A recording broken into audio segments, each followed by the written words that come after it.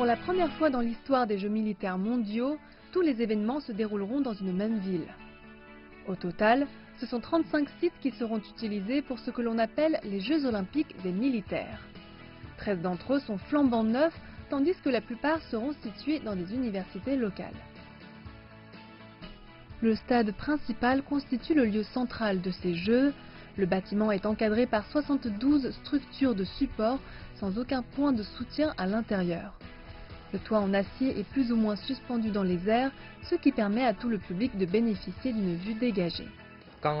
Ce stade accueillera les épreuves sur piste et sur terrain. Il a été construit à partir de zéro et il a fallu 700 jours pour en terminer la construction.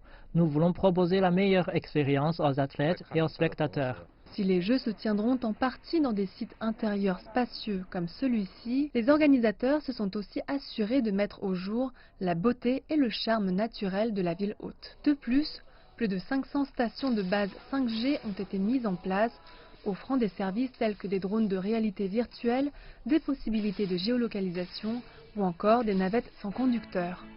L'héritage des Jeux a également été pensé avec des projets de convertir la plupart des sites à l'avenir pour l'usage aussi bien des élites que du public.